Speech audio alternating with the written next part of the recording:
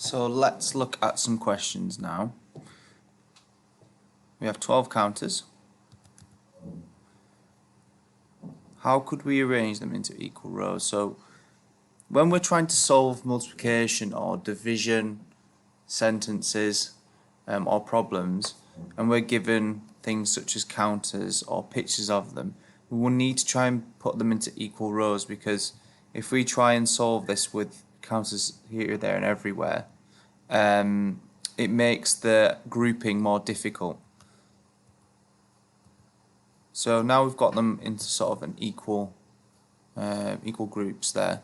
What number sentences could you write down to go with this array? Okay, so remember, when we are doing this, we look at lines going across, so horizontal, and also grouping them vertically as well, so up.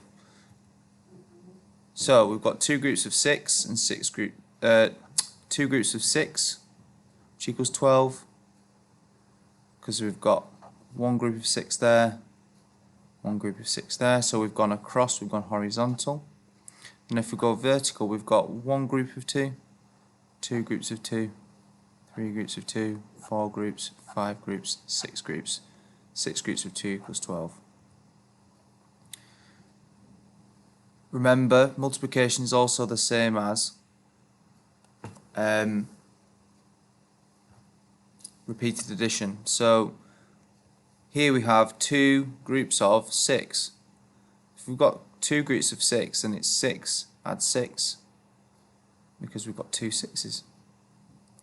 Here we have 6 times 2, or 6 groups of 2. So now we've got 1, 2, 3, 4, 5, 6 2s. So from that array we can do 4 number sentences.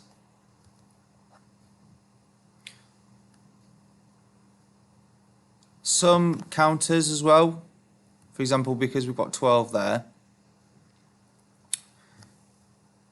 there are more ways that we can use, or with 12 counters we can draw a different array.